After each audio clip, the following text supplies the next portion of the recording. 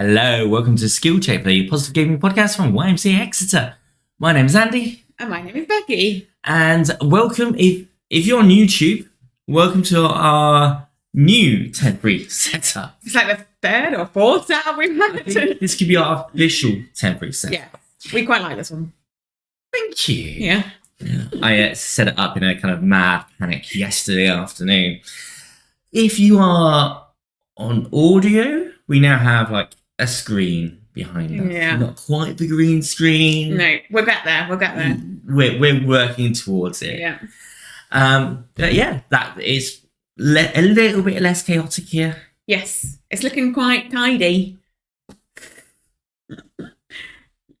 I really enjoy this room as well because it's got and you can't really see it on the camera, but there's loads of little like gaming trinkets around the room that Andy just like brought in to decorate with. It's like a decorated. Yeah, it's really fun. And there's like a clapperboard, which I think is mine, in the corner. Oh yeah. And there's a Pokemon thing on the windowsill. It's quite cute. And a random camera, which don't think works anymore. Yeah. But anyway, that's an insight into behind the scenes. Yeah, which you can't see. I was very aware of my beard this week. Really? So yeah, is it just getting too scraggly? Yeah, a little bit. It just needs to be tidier. You know what? Before we get into this, do have to share. Went to Gadgetverse this week. Yeah. In Exeter. Mm-hmm. Fantastic setup there. So downstairs they've kind of got secondhand consoles, laptops, bits and pieces, comic books and things like that for sale. Upstairs they've got basically a suite of PCs all set up. Nice. I was there with a community group from YMCA Exeter, and yeah, great time. Yeah. Play some Rocket League. Nice. Awesome fun. I'm terrible at Rocket League. But we've also got a kind of racing game suite set up. Fancy. So you've kind of got the accelerator pedals and the wheel and a nice kind of wide screen. Awesome fun. Yeah. And also, before we get into gaming news, there was some breaking gaming news last night. Okay.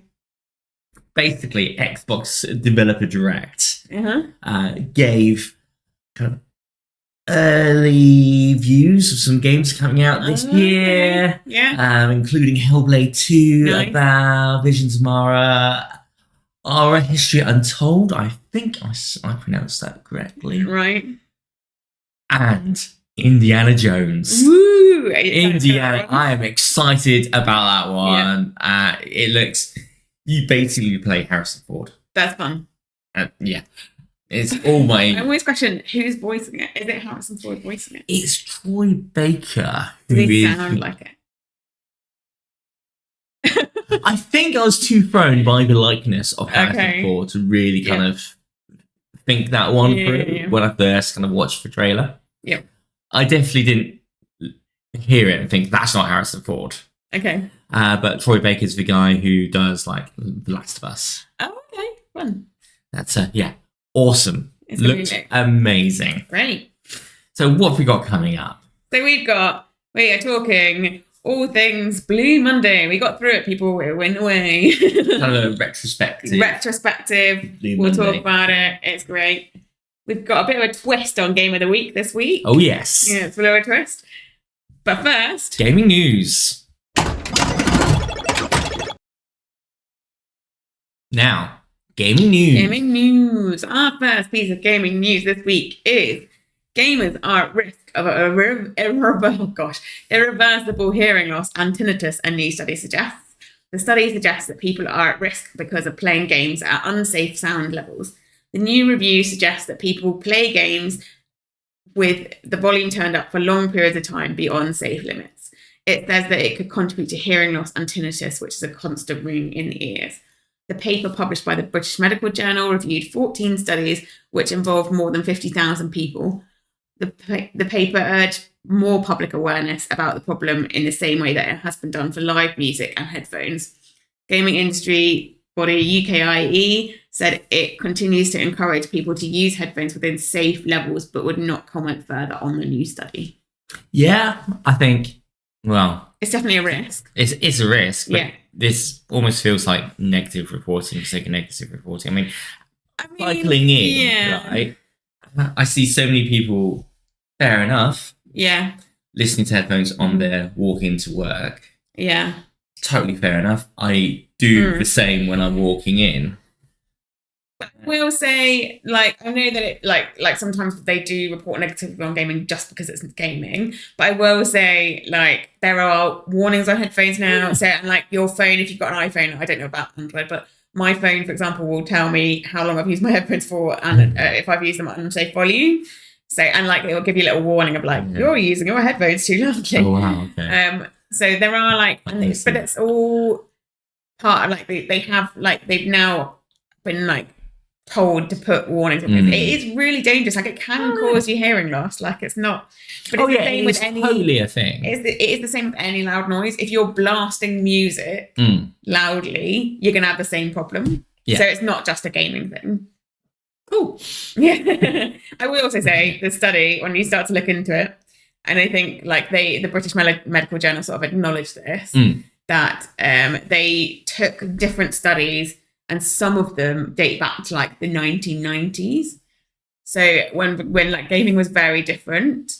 And so it's very like it's very, but they acknowledged the fact that it's not complete science and that there needs to be like more knowledge around it. Apologies for the background if you're watching this on YouTube. Yeah. It was really, really interesting. If you start reading into it, it's very interesting. So I'm gonna call. Our second piece of gaming news this week is the UK high street retailer Game has announced it will stop selling pre-owned video games. The company will phase out trade-ins over the coming months, according to parent company Fraser Group. But pre-owned games will still be sold in the company's standalone stores while stocks remain. The decision signals the end of cheaper ways to purchase titles valued by many gamers. Sales of physical video games have fallen substantially since games' heyday in the early 2000s. According to figures from some digital entertainment, from the Digital Entertainment and Retail Association trade body, gosh, that's a mouthful, in 2023, digital sales now account for almost 9 out of 10 every video game sold in the UK. All right, so yes, less people are buying physical copies.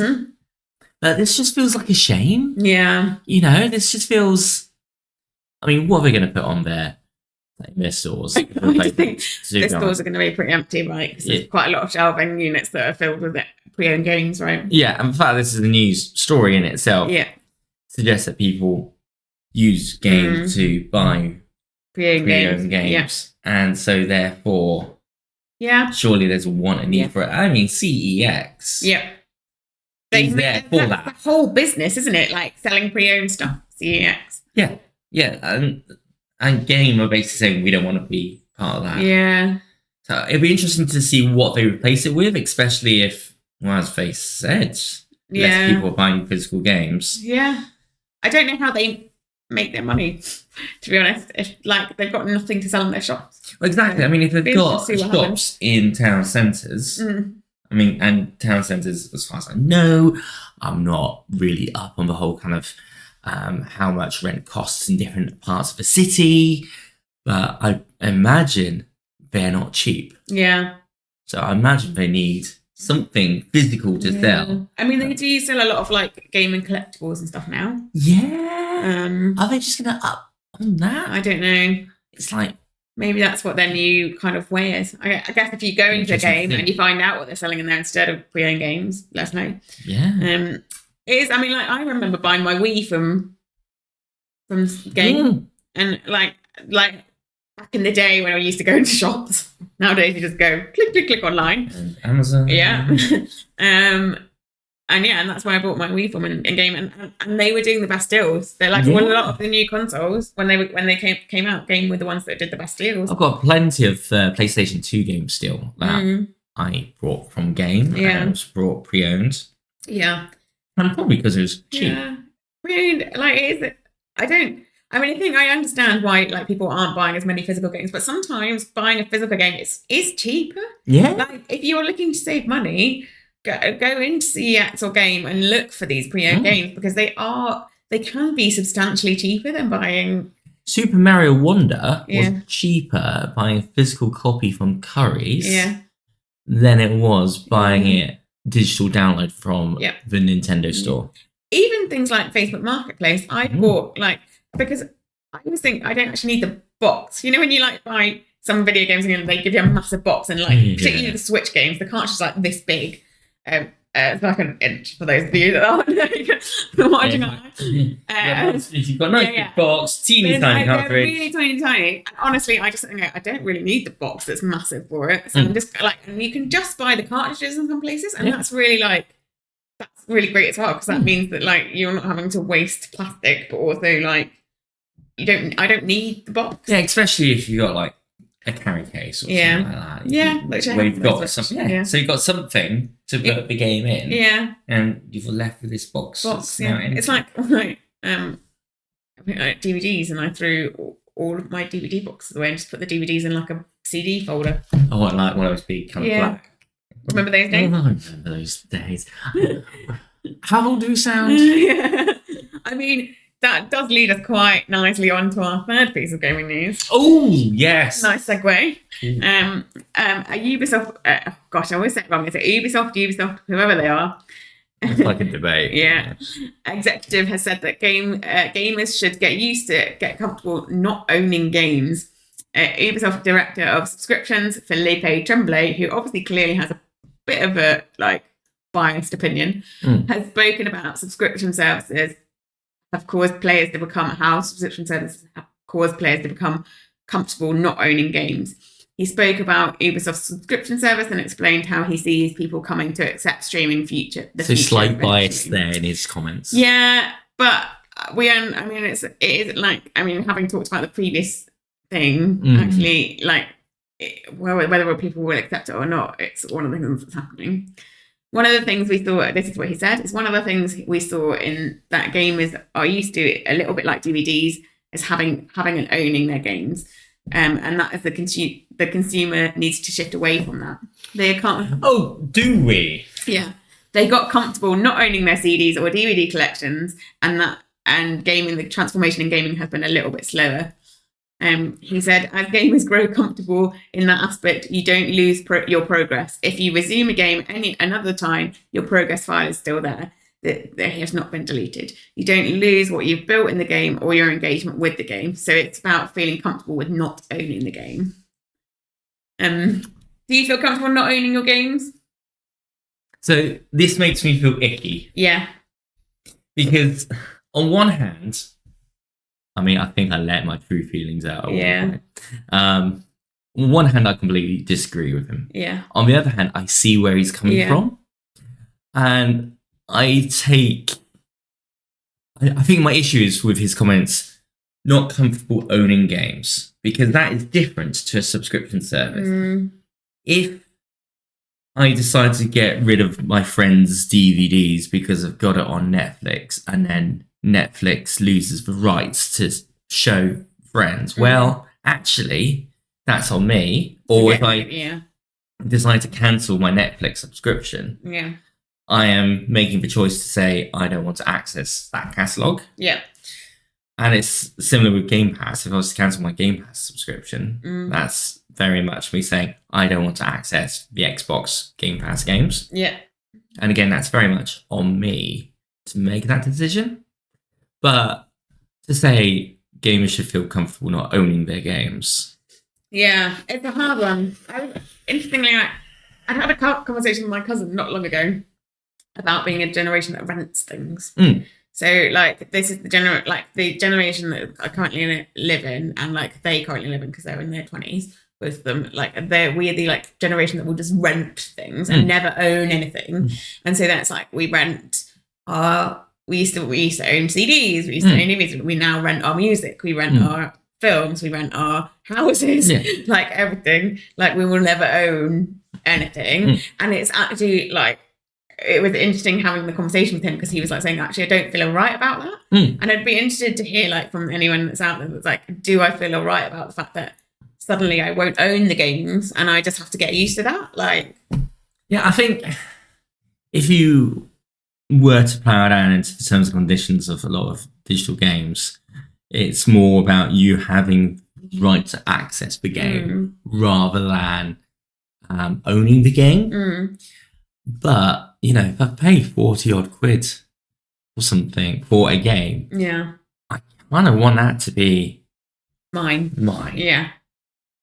If I've paid £10, £12 to access a service, you know what? The access to the service is mine. The games on the services themselves, well, when they leave, that sucks. But I have the choice to actually buy the game. So I feel uncomfortable about his comments. But we got used to it with Netflix. Like there was a point where we were. But have we? And well, I mean, we did, but it's not just Netflix now. It's Netflix, Disney Plus, Hulu, Discovery Plus, hundreds of other services. iPlayer, all four. Amazon Prime, Now TV, Amazon Prime. All of those. And the list goes on, and you're starting to see kind of TV shows and things like that kind of going from service to service. And I think we're starting to see people kind of pushing back on that a little bit and being like, what? Services like Netflix came along to kind of prevent people downloading pirate versions. This is starting to feel very much how it used to be, in that you used to have to spend X amount like Sky TV and then something else or whatever. Now it's, well, I've got to spend a small fortune to watch free shows. And do you think piracy will go up? Oh, I mean, I've certainly seen a few memes over the last day or two saying, well, if I don't own games, then is piracy still a crime? Interesting. I'm sure we'll have more discussions about this. It's not. It's icky. I don't like. For record, I don't like the ethics of the idea I just shared. Because I think it's more complicated and it's legally, Okay. Yeah. Interesting. Not comfortable, but see where it's coming from.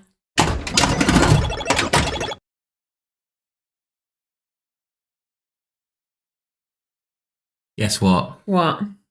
It's been Blue Monday this week. Have you felt blue on Monday? Not really. Not really? Not more or less than any other day of the week. Fair enough. I was like, I often feel blue on a Monday. on a Monday. No. What is special about this Monday just gone? Well, not much at all. Really. No, we talk about Blue Monday, but it is a myth. It's not a real thing. It was made up by holiday companies to sell, surprisingly, holidays. And Blue Monday, if you're just catching up, it's this idea, and that's all it is. It's an idea that there's one day where you feel more lousy in yourself than any other day of the year. And I guess when you sit back and the problem with the idea is that when you sit back and hear their reasoning, it almost makes sense in that it's the Monday, and you know, let's face it, not a lot of people do actually like Mondays. It's the Monday that is apparently furthest away from Christmas. And furthest away from, you know, the next payday. And that's about it, because it's not the darkest day of the year. It's not. It's completely made up. It's not a real thing. I mean, like, obviously we're not acknowledged. Like, we're not saying like people won't feel sad. I don't get, but it's not like scientifically proven that you feel sad on that Monday than you do on any other Monday of the year. Yeah, definitely not sadder. Yeah. I think. Like if you have mental health illness or anything like that, you have mental health illness any day of the year. It's not just on the Blue Monday. Totally. So we are talking about this because we feel that gaming is a good way to help our well-being. Both in a kind of relaxing way, in a way to help you de-stress. It can also help connect with people as well. Yeah. And we think that's good for our mental health. Yeah. So that's the reason why we're talking about this within a gaming podcast. Yep. Particularly with Blue Monday just gone. And I guess if there is any good to be had from the whole kind of Blue Monday thing, we've spent a few minutes kind of dissing it a little bit. Yeah. Is that even if it's... Yeah, and there's lots of different ways of looking at it, but the fact that it's become a marketing thing for a few years now, it's actually quite a good excuse to talk about mental health. Yeah. Our mental health, how we look after our mental health. Yeah. And I personally feel any excuse to kind of bring that up in conversations probably a good thing. Yeah. Especially if everyone else is doing it anyway, because it makes it feel natural and easy. So gaming and mental health. I mean, that's basically what this podcast is for, really. Welcome to the Positive Gaming Podcast. That is one of the kind of, I guess, many aims, the many strands that we try and pull together as part of this. To try and give some coherence to this section, I kind of stumbled across an article from IGN, a kind of American video game entertainment website, which very much exactly what I said, took Blue Monday as a reason to publish a post about what they call January blues, and games that were good to kind of cozy up and play. Yeah. So games like Stray, where you kind of play as a... That's the one who plays a cat, right? Yeah. Okay. You played that, haven't you? Yeah, okay. Very good. I can't remember why I stopped playing it. I think I've got to go back to it. I imagine there was an issue with sewers, which put me off. Well, stuck or kind of struggle a bit. Yeah, there's a difficulty increase. Yeah. Unpacking, which is basically this kind of very almost comfort game where you just have to unpack your belongings at various different stages of life. Wow. That's fun. It is strangely comforting. Wow. It is. Because personally, when you're trying to unpack when you've like moved house or something, that's really stressful. So it's amazing that a game is therapeutic. yeah, totally. I don't really want to say the words Animal Crossing, but the article that we're talking about mentioned it. We try and avoid saying Animal Crossing, right? Well, we talk about it a lot, I think. We've maybe overdone it. We might have overdone it, but I think the reason why is that it was such a pivotal game. Yeah. At a time when... And it was released at the best possible time for Nintendo. Yeah. In that people were looking for a nice, comfortable game to play at March 2020 or whenever it was released. We don't think about March 2020. We'll try not to anyway. Yeah. And everyone found it really relaxing and were able to connect with it. Yeah. So therefore it's kind of stuck in our subconscious as a good mental health thing. And this article also mentioned another game called Pikmin 4.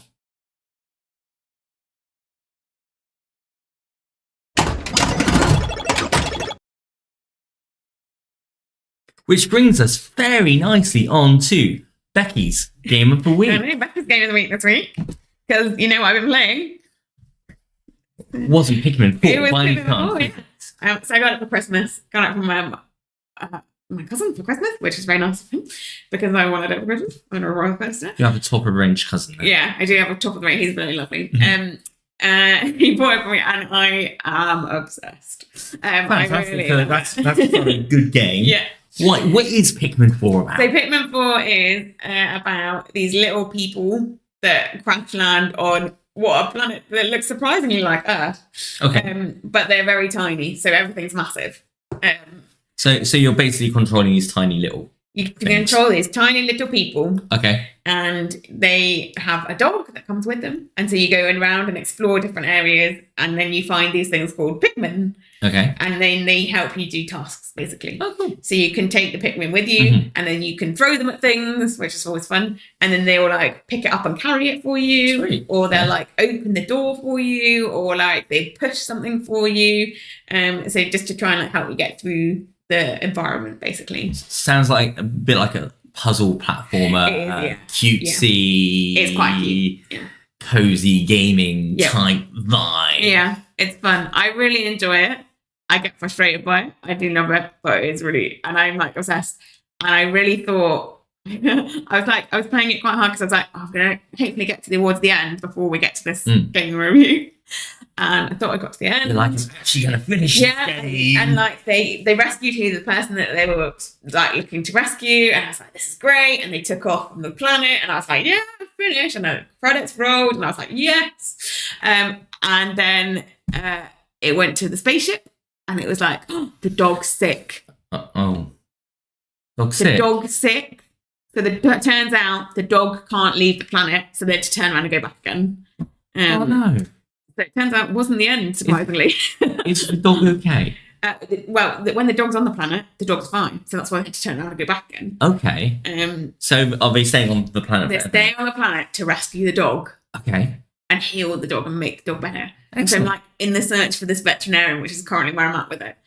Turns out it's a lot longer than I thought it was. I really had to go, I'd got to the end. But yeah, I mean, it's great. I really enjoy it. It's a very gentle game. It's not like there's not a lot of really...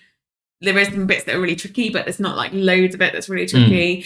And it's quite, nobody really dies, if that makes sense. Like it's all very just, you can kill Pikmin. So if something goes wrong, actually, you're not like, you don't feel massively punished for it.